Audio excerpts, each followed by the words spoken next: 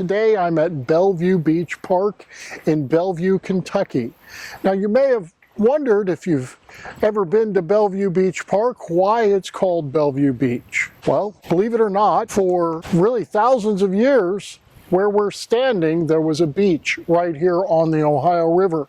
And there were a series of beaches actually spreading almost 7 miles along the river, where the debris coming in the Ohio River with the shape of the river actually caused sand buildup and sandbars here on this side of the river. If you have a nice sandy beach, people are going to come and dip their toes in the water and bathe and swim and have a good time. Right here in Bellevue, Kentucky, there were a couple noted beaches in the late 19th century. Into the 20th century, you had Queen City Beach and Long Beach was probably right in here. And here there were all kinds of amusement. There was shopping, there was restaurants, there was aquatic boat races and other kind of entertainments that you would find right here in Bellevue, Kentucky in the height of the beaches. So it's hard to imagine when you're standing here at Bellevue Beach Park and you look out at the Ohio River and it's wide and it's deep. Where were people swimming?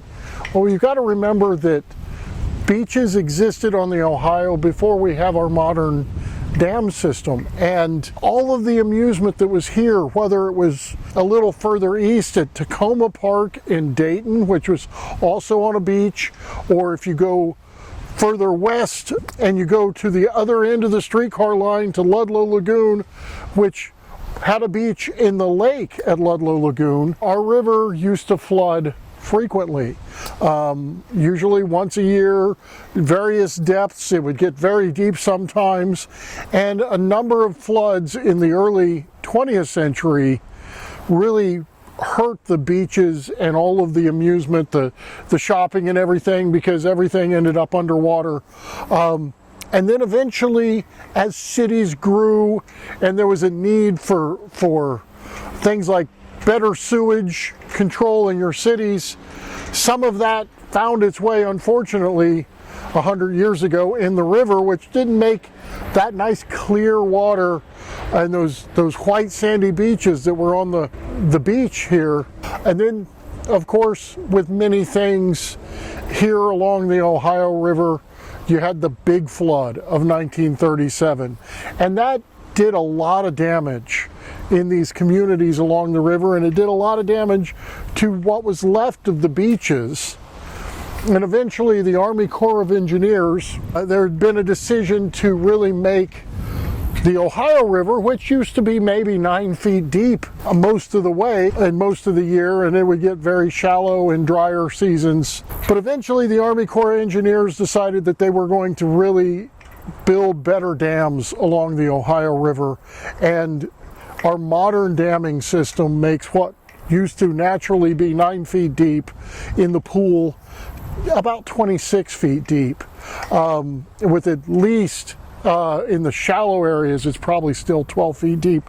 And it's that water, because they've made the river really a big canal, and it's almost like a lake with current now. That water it gets backed up, it floods out those lower sandbars that we used to have as our beaches.